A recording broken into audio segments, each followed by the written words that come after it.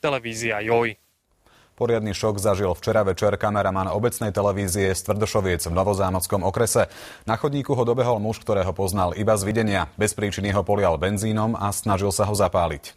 Keď pán Imrich podvečer odchádzal z televízneho štúdia, pred obecným úradom sa pristavil na kus reči so známymi. Tí sa stali svedkami neuveriteľného útoku.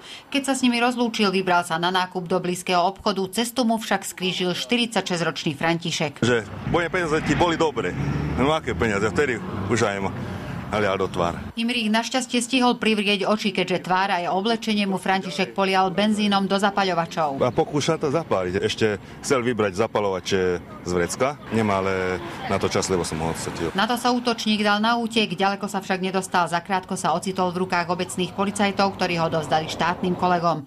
Nešlo o žiadneho nováčika, ale o známu firmu s bohatým registrom trestov. On sa prisťahoval do našej dediny. Sem tam som ho videl ako v dedine, ale osobne som ho nepoznal vôbec. Pred včerajším útokom sa údajne František potúžil 3 litrami vína, a to aj napriek tomu, že mu súd v súvislosti s násilnými kriminálnymi činmi uložil zákaz požívania alkoholu. Som hovorila, aby nešiel a išiel presbal vypité. Muž bol obvinený z prečinou výtržníctva a pokusu ubliženia na zdraví, za čo mu hrozí až 2-ročné väzenie. Ja ho môžem okašľať.